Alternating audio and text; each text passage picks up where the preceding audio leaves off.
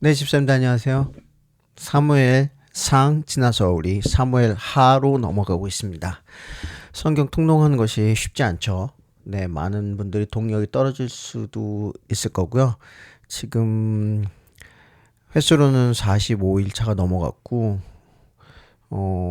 전체적으로 보면은 서너 달이 지나고 있는데 힘을 내서 우리가 끝까지 완독할 수 있도록 힘을 내 봅시다. 오늘 사무엘 하고요.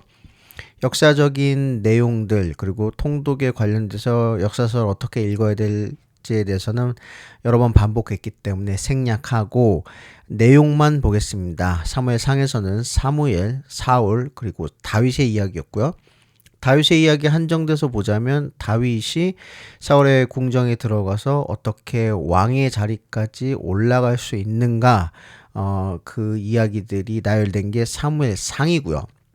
사무엘 하는 본격적으로 다윗의 이야기를 합니다. 우리가 사무엘 하를 읽을 때 제가 추천드리는 방법이 하나 있습니다. 그건 무엇이냐면 사무엘 하는 사실 다윗의 이야기들 중에 좋은 이야기들이 많이 없다고 저는 생각해요. 왜냐하면 초반에 예루살렘을 정복하고 법궤를 갖다 놓고 나서 나단의 예언까지 이어지면서 다윗의 왕국이 영원할 거라는 어떤 하나님의 인증을 받았다면 그 이후에 9장부터는 다윗의 좋은 이야기가 나오지 않습니다. 그 가장 결정적인 이유는 그 중심엔 뭐가 있냐면 밧세바 간음 사건이죠. 우리아의 아내 밧세바를 취하기 위해서 우리아를 모략의 밭에서 죽은 이후에 그 이후부터의 다윗의 삶이 어떻게 전개되고 있는지 주목하는 것이 사무엘하를 읽는 첫 번째 방법입니다. 네. 저는 이거 이렇게 읽을 것을 추천드리고요. 두 번째로는 하나님께서 다윗의 왕국을 존속시키기 위해서 어떤 과정을 거쳤는지 사무엘상에서 제가 추천드렸던 게 뭐였냐면은 법궤가 어떻게 이동하는지. 그래서 법궤가 이동해서 사실 사무엘 하에 가면 거기 이제 성전 터라고 나와 있진 않지만 마지막으로 법궤가 어디에 안착할 것인가에 강력한 암시를 주고 사무엘서가 끝이 납니다. 하나님이 어떻게 다윗의 왕국을 이끌어 갈 것이며 그 중심에는 법궤와 하나님을 향한 신앙이 중심이 있어야 된다는 그 두 가지 방법으로 읽어 나간 것을 다시 한번 추천드립니다. 자, 그럼 빠르게 내용을 확인해 볼까요? 사무엘하는 등장인물이 많이 나오고 그다음 내용 전개가 빠르기 때문에 우리 이야기의 중심 구조, 인물, 사건, 배경을 항상 염두에서 읽길 바라겠습니다. 네, 크게 사무엘하는 네 부분을 나눌 수 있는데요. 첫 번째는 1장부터 5장까지 다윗이 예루살렘을 정복하는 과정이 나옵니다. 예루살렘은 여부수족 속의 성이었어요. 그리고 지형으로 보면 북이스라엘, 북지파와 남유다, 남쪽 지파의 중간 지역에 다윗이 소위 말하는 다윗성, 개인 소유의 성을 정복합니다. 그러니까 아무래도 이유가 있겠죠. 북쪽과 남쪽의 통합하는 과정을 보이려고 아마 그 중간지대 예루살렘이라는 굉장히 난공불락의 성을 정복했을 가능성이 높고요. 그런 개연성이 높고 예민하게 성경을 보시면 알겠지만 이미 사울 때부터 북지파, 열지파와 남쪽 지파, 두 지파 사이 간에 의견 충돌이 벌어지고 있습니다. 미묘하게. 이것이 나중에도 사무엘하에도 이제 등장하는데 그 중간에 있는 예루살렘을 정복했다. 그리고 예루살렘을 정복하고 나서 그다음에 6장부터 8장까지 두 번째는 법궤를 들이고 옵니다. 이게 하나의 종교적인 정치적인 수단으로 예루살렘을 정복했다면 종교적인 어떤 수단으로 왕권을 장악하기 위해서 법궤를 예루살렘으로 이동시킵니다. 그리고 나서 나단이라는 선지자에게 야훼 하나님께서 다른 사람이 아닌 다윗의 왕조를 영원한 왕조로 확인받았다. 그리고 나서 8장에 가면 다윗이 군사령을 장악해서 주변에 있는 잠재적인 적들을 정복해 나간다. 그러니까 6장부터 8장까지는 왕권을 안정화시킨 어디서 많이 듣던 패턴이죠. 네, 맞습니다. 국사책에서 봤던 그 패턴들이에요. 그러나 그 사건들과는 다른 것이 뭐냐면 그 중심에 신앙 종교 중심이고 야훼 하나님께서 그거를 승인하셔야 되만 가능하다. 이거 전제되어 있다는 것을 기억하시면 됩니다. 그리고 나서 9장부터 20장까지는 본격적인 다윗이 왕이 되고 나서 일들이 나오는데 그 유명한 이제 바세바 사건이 11장에 등장하죠. 바세바 사건이 등장하면서 다윗의 과오가 잘못이 어떠한 파장을 가져온지 그 이후의 모든 이야기들은 바세바 사건과 관련된 징벌 과정입니다. 이따 나중에 중간에 말씀드리겠지만 미리 말씀드리자면은 사무엘 하에서 보여주는 것이 뭐냐? 하나님께서는 어떤 과오를 저지르면 책임을 지우십니다. 절대로 그냥 넘어가지 않는다는 거예요. 책임을 물으시고 그걸 상응하는 대가를 치르게 된다. 그게 어디까지 가냐면 나중에 23장까지 24장까지 가서 인구조사를 하는 교만함으로 뭐 전염병으로 7만 명이 죽은 사건까지 이어지는 그 연결고리가 이어집니다. 중간에 보면은 밧세바를 유린한 사건 때문에 자식들이 서로 강간하고 자식들이 자기 후궁들을 대낮에 유린하는 사건이 계속 반복해서 나오죠. 굉장히 참혹한 이야기입니다. 예전에 영화 밀양이라는 영화가 기독교인들한테 많은 영감과 그 곤란함을 줬는데요. 하나님께서 용서하시면 죄가 다 용서된다. 이게 핵심이었거든요. 그러나 구약성경은 절대 그렇게 얘기하지 않습니다. 왕조의 어떤 프로토타입이었던 다윗, 어떤 모범, 전형인 왕 다윗도 하나님이 반드시 징벌하셨다는 거. 첫 번째가 성전을 못 짓겠다는 거. 너무 많은 피를 흘렸기 때문에. 그다음 우리아의 아내 바세바 사건 때문에 자식들이 자기 누이를 강간하거나 그다음에 후궁들을 강간하는 사건들이 발생하고 그다음에 끊임없이 반란이 일어난다는 거. 예. 요거를 잊지 않으시면 됩니다. 그러면 자세한 내용들 한번 세부적인 내용 한번 같이 살펴볼까요? 네, 1장부터 5장까지 아까 말씀드린 대로 예루살렘을 정복하는 이야기죠. 그래서 뭐 사울의 어떤 죽음이 전해지고 그 죽음에 대해서 다윗이 울고 그래서 다윗이 이제 그 사울을 이어서 왕이 되는데 재밌는 사실은 여기서 헤브론 그러니까 남쪽 지파에서만 왕으로 처음엔 인정해 줍니다.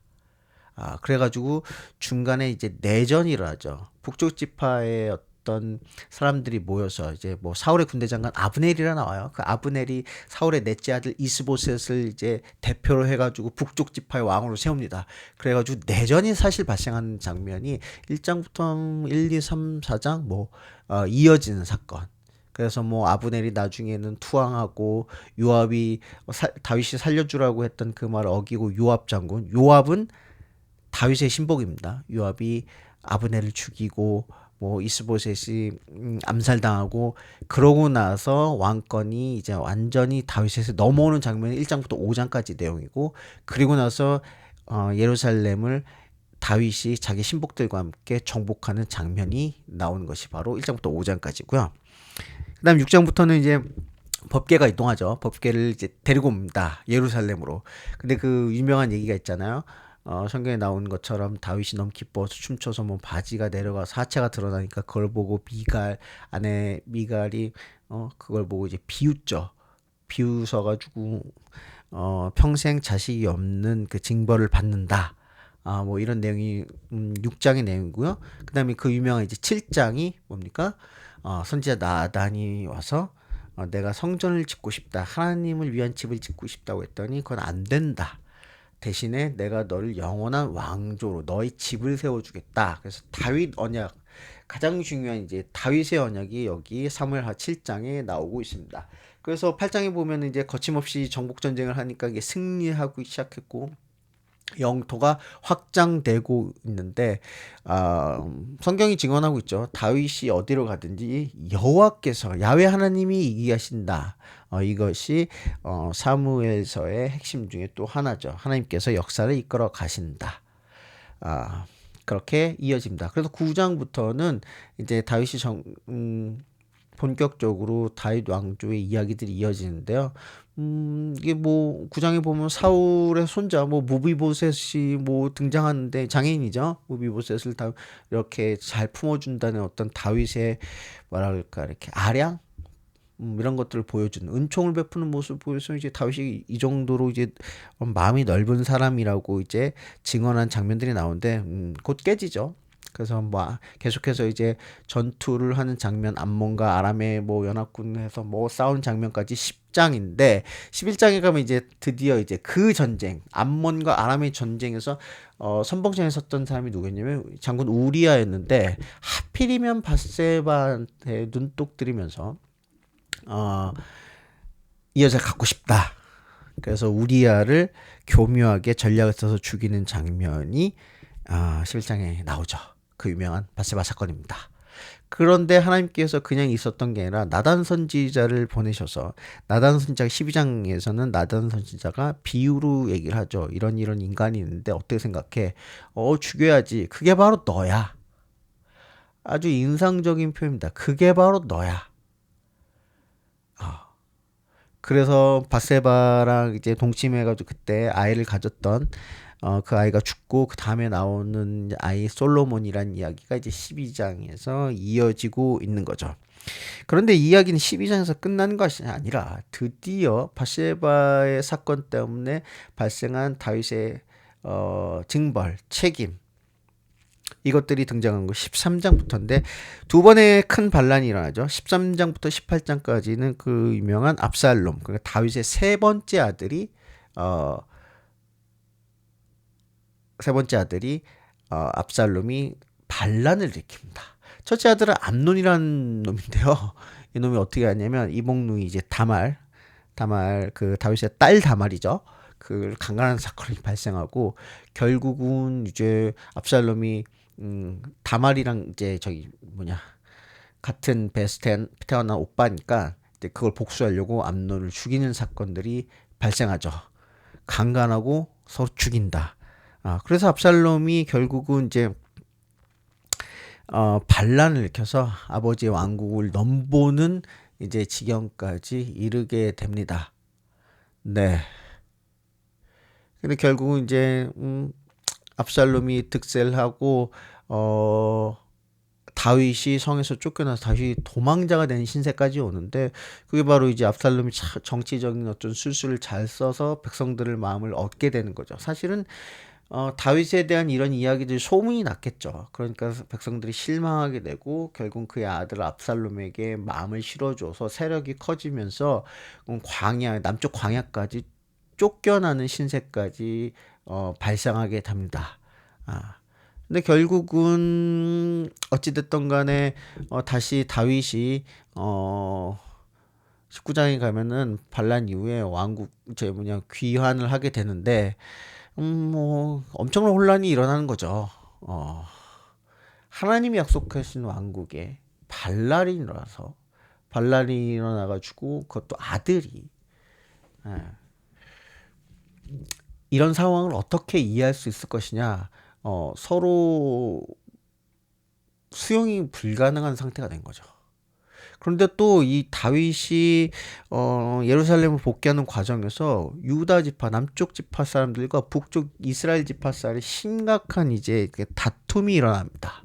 이게 사실은 나중에 솔로몬까지 이어지죠.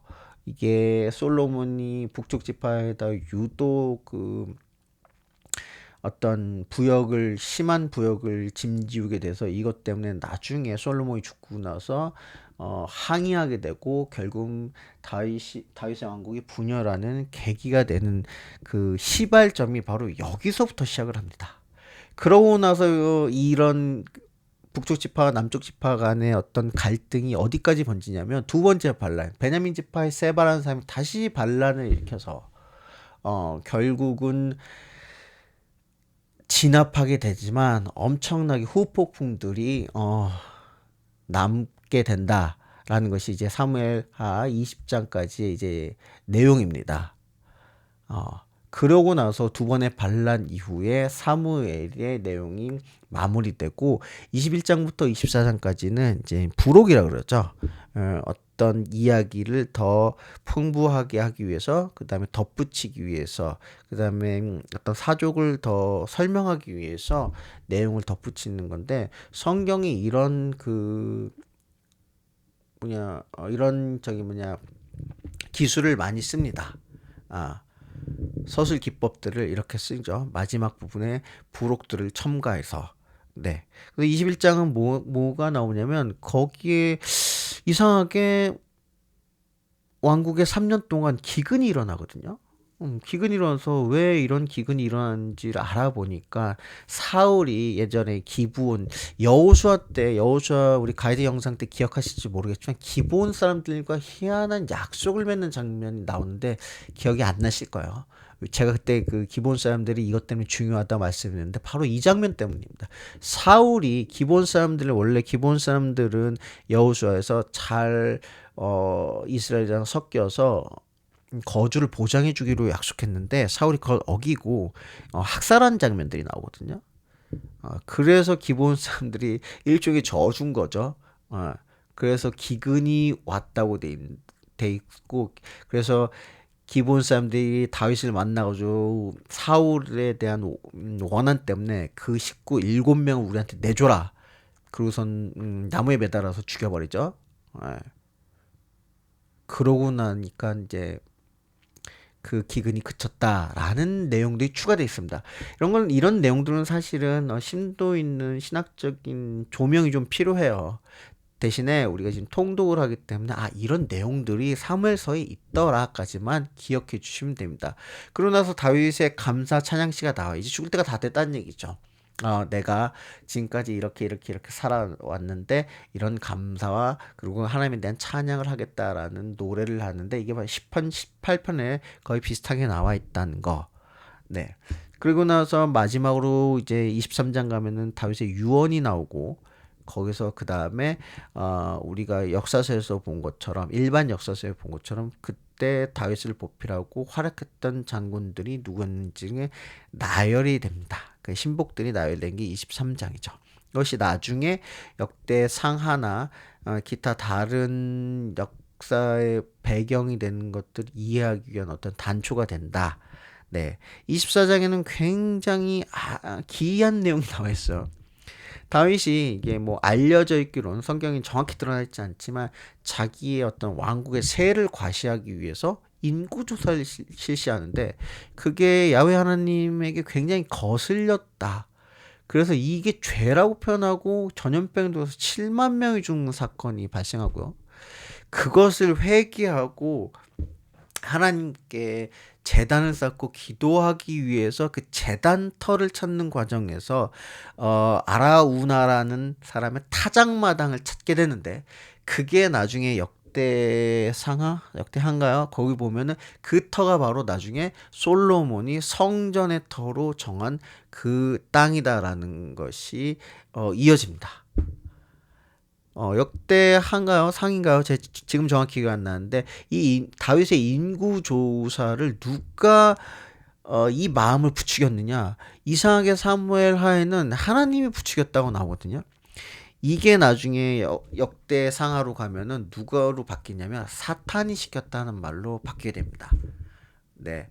요것도 심도 있는 신학적인 해석과 조명이 필요하고 여러 가지 설명이 덧붙여야 되지만, 일단 이러한 내용이 사무엘 서에 있다는 사실까지만 우리가 기억하시면 됩니다. 이렇게 되면 사무엘 이야기가 끝나고, 그 다음에 이제는 다윗의 시대 끝난 이후에 솔로몬의 시대로 넘어가는 열왕기로 우리가 이어지게 됩니다. 네, 오늘의 내용은 여기까지입니다. 감사합니다.